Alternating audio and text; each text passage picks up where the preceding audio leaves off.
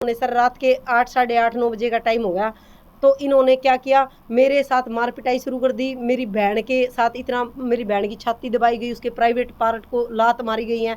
और मेरे सर अभी मैं मीडिया के सामने ओपन बोल रही हूँ, मेरे पेट पे इतनी लात मारी गई है कि मेरा मतलब मेरी हालत अभी भी ख़राब है।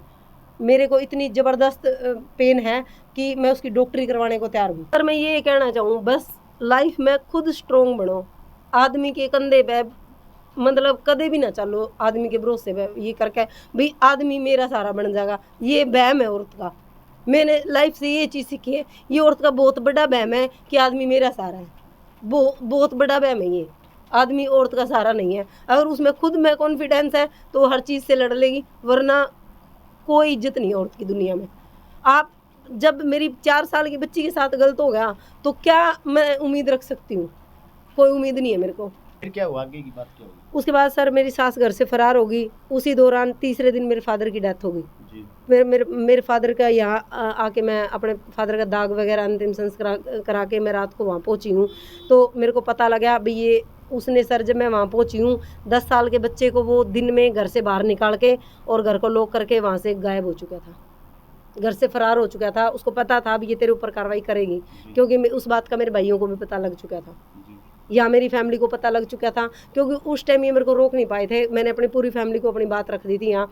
और सर जब मैं मेरे पापा की 13वीं करा के यहाँ से गई हूँ, वो माँ बेटा उसी दिन से फरार हो चुके थे और ना वो घर में बड़े हैं। और अब जब मैंने 181 पे कॉल की, 100 नंबर पे की, चाइल्ड हेल्पलाइन नंबर पे मैंने कंप्लेंट की भाई ऐसे ऐसे हादसा हुआ है और मेरे को इस पे कार्रवाई चाहिए, तो उन्होंने मुझे सर चूरू बुलाया। आप पढ़े लिखे भी हो कुछ? सर मैंने 10वीं तक पढ़ाई कर रखी है। तो आपको कैसे पता कि किसी ने बताया आपको कि यहाँ नंबरों पे फ़ोन करो, इस तरह काम करो? किसी ने बताया? नहीं सर, मुझे किसी ने नहीं बताया। हम सारा दिन फ़ोन चलाते हैं, इतनी नॉलेज तुम्हारे को भी है, दुनियादारी देखने लग रहे, रोज़ पूरा दिन फ़ोन चलाओ। माने भी पता है भी कि हेल्पलाइन नंबर के है, आप गूगल पे भी सर्च मार लेते हैं आजकल। तो मैंने सर अपना पूरा उस फ़ोन से ही मैंने गूगल से निकाला था सारा। फिर कॉल किया तो उन्होंने सर मैंने उनको सारी बात बताई, उन्होंने मुझे चूरू बुलाया। और उससे पहले मैं सिद्धमुख थाना में एप्लीकेशन दे के आई। उन्होंने मेरी एप्लीकेशन ले ली लेकिन उस पर कोई कार्रवाई नहीं की। 3-4 दिन बीत चुके थे। मैंने फिर 181 पे कॉल की, उन्होंने मुझे वहाँ बुलाया चूरू। मेरे सास को, मेरे पति को, इनको पता लगा, मेरी ननद को, सबको पता लगा भाई ये आज घर से बाहर है। मेरे को नहीं पता सर किसने बताया किसने नहीं बताया। तो ये सर मेरे आने से पहले ही घर आ चुकी थी, या इसको पता नहीं था कि मैं घर हूँ। जब ये घर आई है सर, इसने अपने कपड़े फाड़ लिए, बाहर खड़ी होगी, बोली मेरी बहू मार पिटाई कर रही है। तो सर जब गली मोहल्ला इकट्ठा होया होगा, उसको ये पता लगा बहू घर में ही नहीं है। मैं चूरू गई हुई थी सर महिला थाने में, सखी सेंटर में। तो मैंने मेरी बहन का मेरे पास फ़ोन किया, बोली तेरी सास आई हुई है, ऐसे ऐसे कपड़े फाड़ के घर के बाहर बैठी है। मैंने कहा और कौन है? बोली पता नहीं कोई और भी खड़े हैं। मैं कहा मैं घर में नहीं हूँ ना। बोली हाँ। मैं कहा कोई बात नहीं, इसको जो करना करने दे। फिर सर जब मैं घर आई, उन्होंने 20 बंदे घर में बिठा रखे। उन 20 बंदों ने मेरे से इतने गंदे, मेरी उसके पास मेरी बहन ने कुछ छोटी सी वीडियो रिकॉर्डिंग भी बना रखी उस चीज़ की। उन्होंने इतने गंदे सवाल जवाब किए मेरे से, इतने, जो कि मेरे से उनका अधिकार नहीं बनता मेरे से वो गंदे सवाल करने का। मेरे बच्चे के लिए गंदे सवाल जवाब किए गए मेरे से। बच्चे क्या, उनको इतना अधिकार नहीं था भाई बच्चे के साथ गलत हुआ तो मैं एक औरत का साथ दें? उन्होंने इतने गंदे सवाल जवाब किए, इतनी मतलब मेरे से मानसिक टॉर्चर किया गया। उसके बाद सर 2-3-4 घंटे पंचायत चली, अंधेरा हो चुका था। हैं, पंचायत के कुछ लोग जा चुके थे, कुछ बुजुर्ग थे, 3-4 बुजुर्ग जा चुके थे, लेकिन एक हमारा पड़ोसी था, उसने मेरे से इतने गंदे सवाल जवाब किए जिसका कोई अंत नहीं है। मैं उस बात को शायद मीडिया के सामने ना बता पाऊँ। मेरे से इतने गंदे सवाल जवाब किए गए और मैंने फिर भी ये बोला, मैं कहा आपका कोई अधिकार नहीं बनता मेरे से गलत सवाल जवाब करने का। मेरी बच्ची के साथ गलत हुआ, आप उस मैटर पे बात करो, मेरे को इससे ज़्यादा कोई बात नहीं करनी। सर फिर मैं उसके बाद इन्होंने सर रात के 8 साढ़े 8 9 बजे का टाइम हो गया, तो इन्होंने क्या किया, मेरे साथ मार पिटाई शुरू कर दी। मेरी बहन के साथ इतना, मेरी बहन की छाती दबाई गई, उसके प्राइवेट पार्ट को लात मारी गई है। और मेरे सर अभी मैं मीडिया के सामने ओपन बोल रही हूँ, मेरे पेट पे इतनी लात मारी गई है कि मेरा मतलब मेरी हालत अभी भी ख़राब है। मेरे को इतनी ज़बरदस्त पेन है कि मैं उसकी डॉक्टरी करवाने को तैयार हूँ। तो आपका रिश्ता किसने करवाया था? मेरे रिश्ता सर मेरी ननद ने और उसके हस्बैंड ने करवाया तो था। उनसे पूछा नहीं आपने कि मेरे सर साथ वो जब ये घर छोड़ के गई है तो मैंने अपनी ननद से ये बोला कि मेरी माँ घर छोड़ के गई है और मेरी उससे कोई बात नहीं हुई, माँ बेटे का झगड़ा है। इन्होंने वहाँ जाके मेरा नाम लिया, उन्होंने मेरी बात पे यकीन नहीं किया, अपनी माँ की बात पे यकीन किया, और जबकि उनको पता है कि मेरा भाई और मेरी माँ गलत करते हैं। मतलब वो तेरी तरफ नहीं है? पहले मेरी तरफ थी, लेकिन इन्होंने, मेरे को नहीं पता उसको क्या बोला है, और उसका हक बनता है आज भी वो मेरा साथ दे कि भाई मैं, ये औरत मेरे ऊपर विश्वास करके आई है, इसने मेरे ऊपर ट्रस्ट किया है, तो वो मेरा साथ दे। आज भी उसका हक बनता है आज भी मेरा साथ देने का।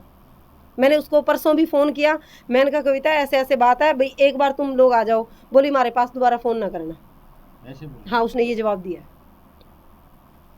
तो आपने पूछा नहीं कि आपने मेरी शादी करवाई है, आपका मैंने विश्वास करके वहाँ शादी की है, तो ऐसा कुछ पूछा नहीं आपने? मैंने सर उससे पूछा, उसने मेरा फ़ोन काट दिया, बात ही नहीं की? बात नहीं की उसने मेरे से, और उसके हस्बैंड ने फ़ोन बंद कर रखा है।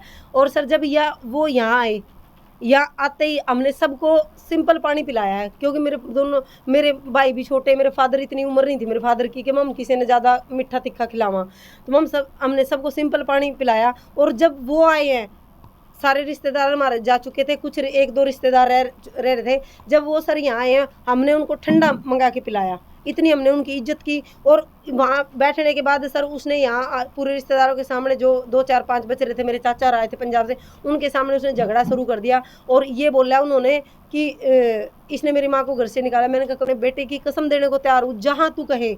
मैं, तेरी माँ जब घर से गई है, मेरा उसमें कोई हाथ नहीं था, मैं कमरे में थी, माँ बेटे का अंदर झगड़ा हो रहा था, तेरे भाई तेरी माँ के हाथ पकड़ पकड़ के निकाल रहा था, माँ बेटा ही झगड़ रहे थे, मेरा उसमें कोई रोल नहीं है।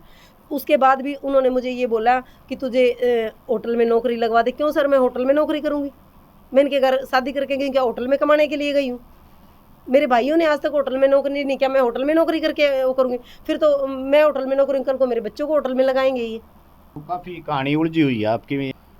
जो आपकी पिछली शादी थी, जो आज जो वीडियो देख रही हैं, जो युवा हैं, लड़कियां हैं, उनसे आप क्या कहना चाहोगे? सर मैं ये कहना चाहूँ, बस लाइफ में खुद स्ट्रोंग बनो, आदमी के कंधे पे मतलब कदे भी ना चलो, आदमी के भरोसे पे ये करके भाई आदमी मेरा सारा बन जाएगा, ये वहम है औरत का।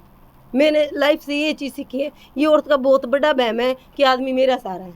बहुत बड़ा वहम है ये, आदमी औरत का सहारा नहीं है। अगर उसमें खुद में कॉन्फिडेंस है तो वो हर चीज़ से लड़ लेगी, वरना कोई इज्जत नहीं है औरत की दुनिया में। आप, जब मेरी 4 साल की बच्ची के साथ गलत हो गया तो क्या मैं उम्मीद रख सकती हूँ? कोई उम्मीद नहीं है मेरे को। आपको 3 महीने जैसे आप उस घर में रहे, तो जैसे आपका माहौल था, 3 महीने सर मैं माहौल में रही हूँ ना, नहीं, जो आपका सिस्टम था, उससे आपने ये नहीं लगा कि ये आदमी किस टाइप का हो सकता है? 3 महीने सर मैं वहाँ रही हूँ, मेरे को ये जाहिर नहीं होने दिया इन्होंने भाई हमारा बेटा कैसा है। 3 महीने मैं वहाँ रुकी हूँ, इन्होंने मुझे ये जाहिर नहीं होने दिया भाई हमने कितना पैसा उठा रखा है। 3 महीने मुझे ये जाहिर नहीं होने दिया कि हमारा बेटा गलत रास्ते चल रहा है। एक बार भी ये जाहिर नहीं होने दिया। मेरे पर्स में सर 48,000 रुपये थे जिस टाइम मैं शादी करके गई हूँ।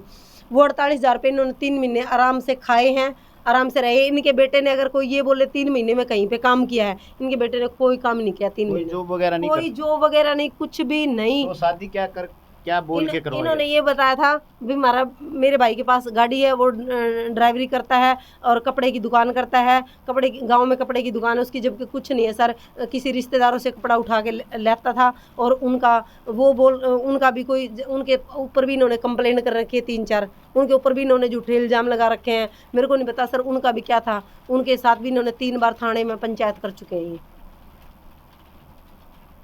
तो ये पिंकी ने काफ़ी बातें बताई हमारे कैमरे पे।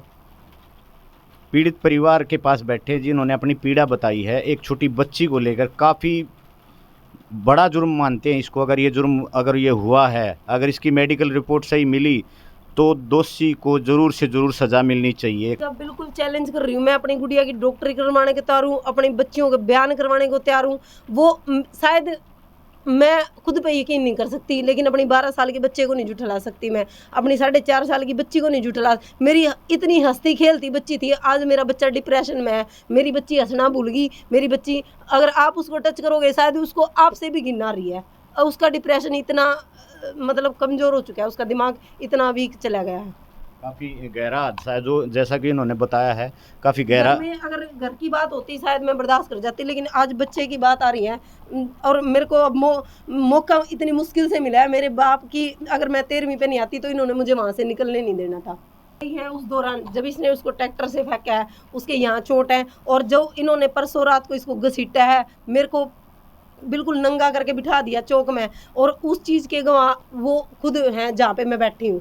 मेरे को बिल्कुल मेरे कपड़े फटे हुए थे, बिल्कुल मैंने ऐसे वो लपेट रखी थी। प्रशासन जब आया है रात को 2 बजे,